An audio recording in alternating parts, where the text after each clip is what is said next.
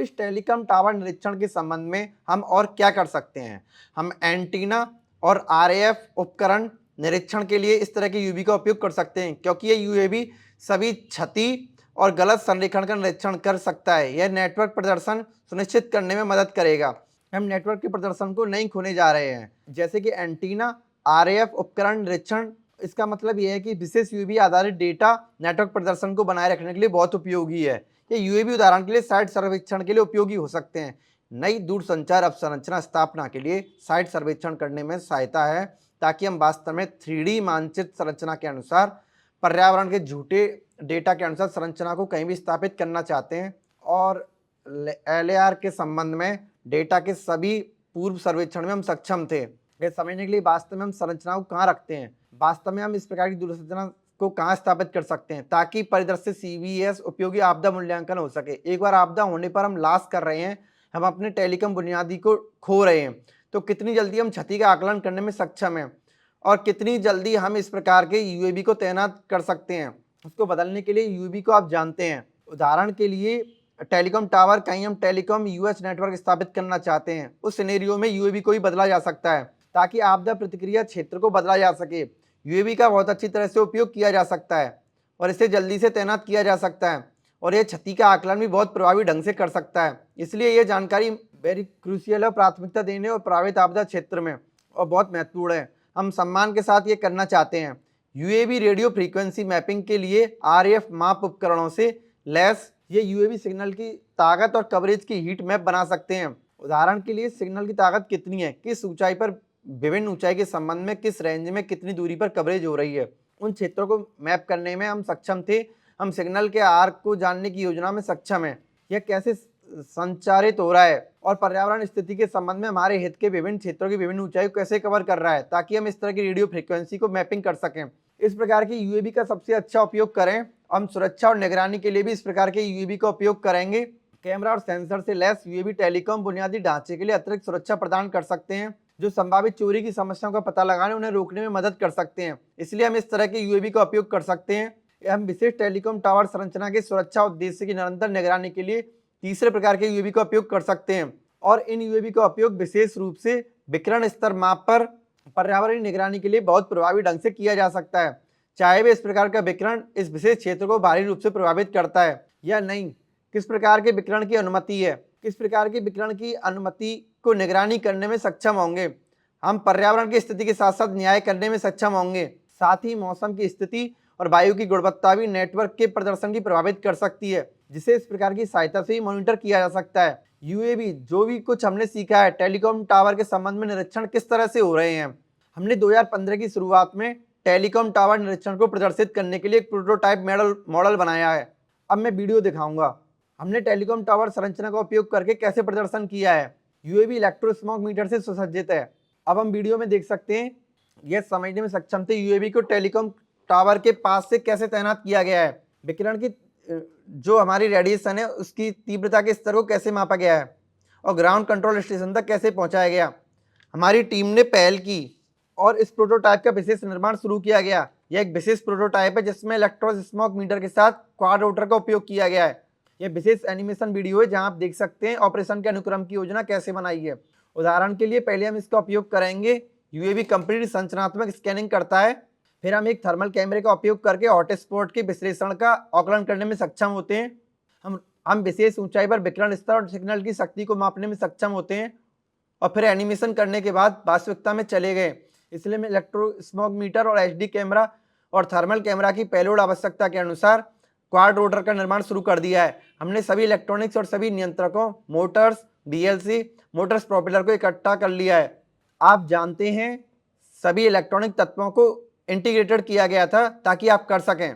GPS mounting देखें, यह GPS mounting बहुत अच्छी है क्योंकि यह एक डीजीए नियंत्रक है। हम अपनी यूएवी की सटीक स्थिति प्राप्त करने में सक्षम थे। हम सभी कैमरे और इससे जुड़े सभी सेंसर को माउंट करने में भी सक्षम थे। यह इलेक्ट्रोस्मॉग है मीटर है, यह यूएवी से विकिरण की तीव्रता को ग्राउंड कंट्रोल स्टेशन तक पहुंचाएगा, इसलिए यह इलेक्ट्रोस्मॉग मीटर है। यह रेडिएशन की तीव्रता को जमीन तक पहुंचाएगा। हमने अभी इस विशेष एलॉग स्मॉग मीटर को लगाया है। हमने इसके साथ पहला उड़ान परीक्षण किया है। इलेक्ट्रोस्मॉग मीटर सहित सभी इकाइयों की सभी असेंबलिंग जो कि बहुत ही कम लागत वाला, कम बजट वाला यूएवी है। पहला परीक्षण जो हमने इस विशेष क्वाड रोटर और इलेक्ट्रो स्मॉग मीटर के संबंध में किया है, और हमने ओवरिंग का भी परीक्षण किया है, क्योंकि ओवरिंग की क्षमता टेलीकॉम टावर संरचना के संबंध में बहुत महत्वपूर्ण है। और फिर हम टेलीकॉम टावर संरचना के पास वास्तविक क्षेत्र में गए। जैसा कि आप देख सकते हैं, अब यूएवी उड़ रहा है और टेलीकॉम टावर संरचना के करीब पहुंच रहा है। आप एक छोटा सा देख सकते हैं बॉक्स ऊपर आ रहा है, जहां विकिरण की तीव्रता ग्राउंड कंट्रोल स्टेशन तक प्रसारित होती है। इसलिए मैं जो कहना चाह रहा हूं वह विशेष रूप से रेडिएशन तीव्रता का स्तर है, ऊंचाई। अब दूर संरचना के निकट हमारी रुचि की विशेष ऊंचाई पर जो हो रही है, हमें समझने में सक्षम थे कि किस प्रकार की विकिरण तीव्रता का स्तर है। इसलिए टेलीकॉम टावर के आसपास और टेलीकॉम टावर के आसपास से दूर अंतिम लक्ष्य है कि रेडिएशन कैसे फैलता है, यह पर्यावरण की स्थिति को कैसे भारी रूप से प्रभावित कर रहा है। यही विचार है जिसे हमने इस विशेष मिशन को क्रियान्वित किया है, ताकि आप देख सकें कि यूएवी लंबे समय तक होवरिंग कर रहे हैं। हम दूर से आगे बढ़ने में सक्षम थे, टेलीकॉम टावर और विकिरण की तीव्रता के स्तर को समझें, ताकि हम एक विकिरण पैटर्न के रूप में प्लाट करने में सक्षम हो सकें। इसलिए यह अंतिम उद्देश्य था। जैसा मैंने पहली स्लाइड में समझाया है, विकिरण को कैसे मापा जा सकता है। यूएवी की मदद से एक इलेक्ट्रो स्मॉग मीटर का उपयोग करके इसे मिशन पूरा करने के बाद सुरक्षित रूप से उतारा गया, क्योंकि आप देख सकते हैं यूएवी प्रोटोटाइप को टेलीकॉम टावर निरीक्षण के लिए प्रदर्शित किया गया था। इसलिए मैं इस समय हमारी बयान पहली टीम को धन्यवाद देना चाहता हूँ। ऋषेंद्र बाबू, नितिन, सुनील, अनमोल, उन्होंने इस विशेष समय में योगदान दिया। जब हमारी टीम दिल्ली गई, टीसीओई समिति, टेलीकॉम सेंटर ऑफ एक्सीलेंस समिति और सीओए समिति में प्रदर्शन किया। उन्होंने हमारे प्रयासों की बहुत सराहना की। यह भारत में अपनी तरह का पहला प्रदर्शन था। 2014 में यूएवी ने प्रदर्शित किया कि यूएवी को टेलीकॉम टावर निरीक्षण और विकिरण माप के लिए तैनात किया जा सकता है। उस प्रदर्शन के कारण ए के वास्तविक पुरस्कार में सर्वश्रेष्ठ इनोवेटिव बिजनेस मॉडल 2014 पुरस्कार मिला।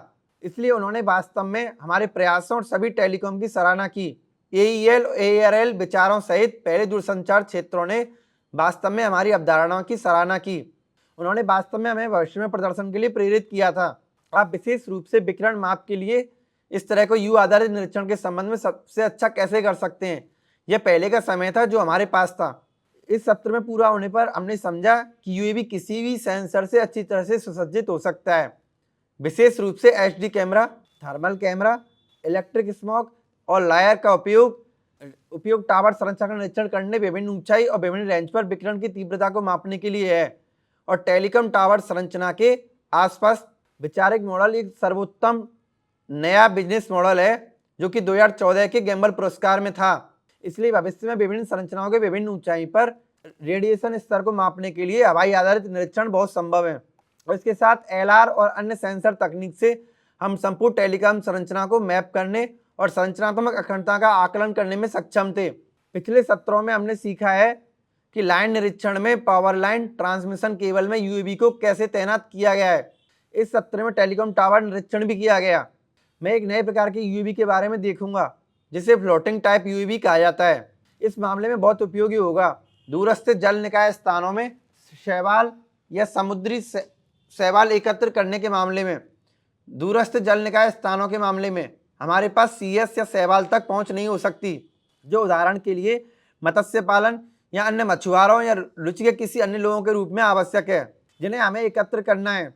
उस परिदृश्य में किसी दूरस्थ जल निकाय में शैवाल या समुद्री शैवाल तक हमारी पहुंच नाव की मदद से नहीं हो सकती। यहाँ तक कि एक इंसान के पास भी हमारे जल निकायों के उस विशेष क्षेत्र तक पहुंचने की पहुंच नहीं हो सकती। उस परिदृश्य में हम कैसे तैनात हो पाएंगे? इस प्रकार के फ्लोटिंग यूएवी हम कितनी कुशलता से दूरस्थ जल निकाय में समुद्री शैवाल या शैवाल एकत्र करने में सक्षम होंगे? यही वह मामला है जिसे अब हम देखने जा रहे हैं। इस विशेष परियोजना में पहला कदम है, हम एक यूनिबॉडी संरचना चाहते हैं यूएवी की। यूनिबॉडी संरचना से आपका क्या मतलब है? सामान्य तौर पर यूएवी सभी फ्रेमों के कनेक्शन के माध्यम से बहुत सारे बोल्ट नट से जुड़े होते हैं और इसमें बहुत कुछ जोड़ा जाएगा। इससे बहुत अधिक वजन भी बढ़ जाएगा। संरचना के वजन को कम करने के लिए हम यहाँ विशेष यूनिबॉडी संरचना यूएवी की योजना बना रहे हैं। जैसा कि आप इस विशेष स्लाइड में देख सकते हैं, हम पूरी संरचना को देखने में सक्षम थे। यह एक एकीकृत निकाय है। हमारे पास कोई भी बोल्ट नट नहीं है, क्योंकि हम 3D प्रिंटिंग की मदद से यूनिबॉडी संरचना का निर्माण कर रहे थे। हमने विशेष संरचना की योजना बनाई है। हमने कुछ अनुकूल अध्ययन किए और जहां भी हमारे पास संरचना पर भार नहीं आ रहा है, तो हमने वहां से सामग्रियां हटा दी हैं। जिससे सामग्रियों को हटाने के बाद आप मोटर को माउंट के पास देख सकते हैं। हमने सामग्रियों को जोड़ा है और मोटर माउंट से दूर हमने सामग्रियों को हटा दिया गया है और हमने अनुकूल अध्ययन के माध्यम से सामग्रियों को हटाने के संबंध में संरचना को पूरी तरह से विश्लेषण किया है और अनुकूल परिणामों से पता चला है कि न्यूनतम विस्थापन लगभग कम था और 1 mm और संरचना की संरचनात्मक अखंडता को विस्थापन के माध्यम से सुनिश्चित किया जाता है। और विश्लेषण पक्ष के दौरान तनाव का स्तर तब होता है जब हमने NS प्लेटफॉर्म का उपयोग करके परिमिति तत्व विश्लेषण किया है। जैसा कि आप यह संरचना देख सकते हैं, क्या आप पूरी तरह से एल्यूमिनियम या किसी अन्य समग्र सामग्री की केवल एक सामग्री से बने हुए हैं जिसे हम उपलब्ध सामग्रियों के अनुसार मुद्रण प्रौद्योगिकियों के अनुसार बनाना चाहते हैं और इसके स्ट्रक्चर भी सिमेट्रिक रूप से बनाई गई है। AM वितरण और सभी फीचर्स का ज्योमेट्री वितरण पूरी तरह से योजनाबद्ध है और विनिर्माण क्षमताओं को भी सुनिश्चित किया गया है। इसलिए इस मामले में एक फ्यूज डिपोजिशन मॉडलिंग तकनीक की मदद से निर्माण करने में सक्षम थे। जैसा कि आप यहाँ विशेष चित्र में देख सकते हैं, हमारे डिजाइन किए गए मॉडल के अनुसार हम थे। विशेष रूप से ABS सामग्री के साथ फ्यूज डिपोजिशन मॉडलिंग का उपयोग करके निर्माण करने में सक्षम हम इस विशेष परिदृश्य में एकीकृत शरीर संरचना को बनाने में सक्षम होंगे। हम ये देखने में सक्षम थे केवल मोटर माउंट पर विजन केबल उपलब्ध है। इसके अलावा इसमें बहुत अधिक बोल्ट नट कनेक्शन नहीं है। इसमें विशेष एकीकृत बीज संरचना है जो दाहिनी ओर है। प्रोपेलर और मोटर भी संयोजन किए हुए हैं। इलेक्ट्रॉनिक घटकों को केंद्र में रखा गया है ताकि गुरुत्वाकर्षण का केंद्र CG संतुलित हो। इसलिए ऐसा काम है कि पहले कंप्यूटर इलेक्ट्रॉनिक्स और कृषि नामक जर्नल में प्रकाशित हुआ है। यदि आप देखना चाहते हैं कि 3D मुद्रित असेंबली कैसे हुई और एनालाइज कैसे हुआ है तो FA और सभी विश्लेषण परिणाम कैसे थे तो आप जानते हैं और आप इस विशेष पेपर में देख सकते हैं।